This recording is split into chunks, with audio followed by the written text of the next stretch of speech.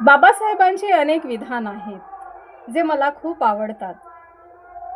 त्यांच्यापैकीच एक विधान मी सांगू इच्छिते. ते म्हणतात की बुद्धिमत्तेचा विकास हाच मनुष्याच्या अस्तित्वाचा अंतिम ध्येय असला पाहिजे. त्यांचे अनेक विचार आहेत जे आपल्याला खूप प्रेरणा देतात. प्रत्येकाला जर स्वतंत्र बुद्धी दिली आहे तर त्या प्रत्येकाने आपल्या बुद्धीचा उपयोग स्वतःसाठी हा करायलाच पाहिजे. आणि कोणीतरी सांगतंय म्हणून हे असंच चालत आलेलं आहे आणि हे असंच चालत राहणार,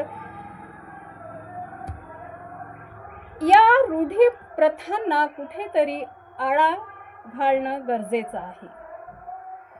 आज 14 एप्रिल आंबेडकर जयंती म्हणून आपण साजरी करतो.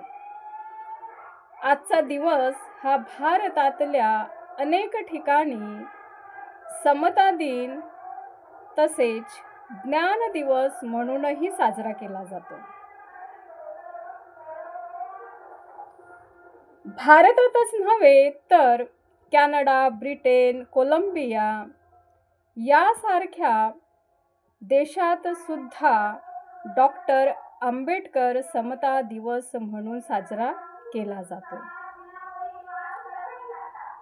भारतातल्या एका मनुष्याचा परदेशात इतका गौरव होतो हे आपल्यासाठी अभिमानाचीच बाब नव्हे का?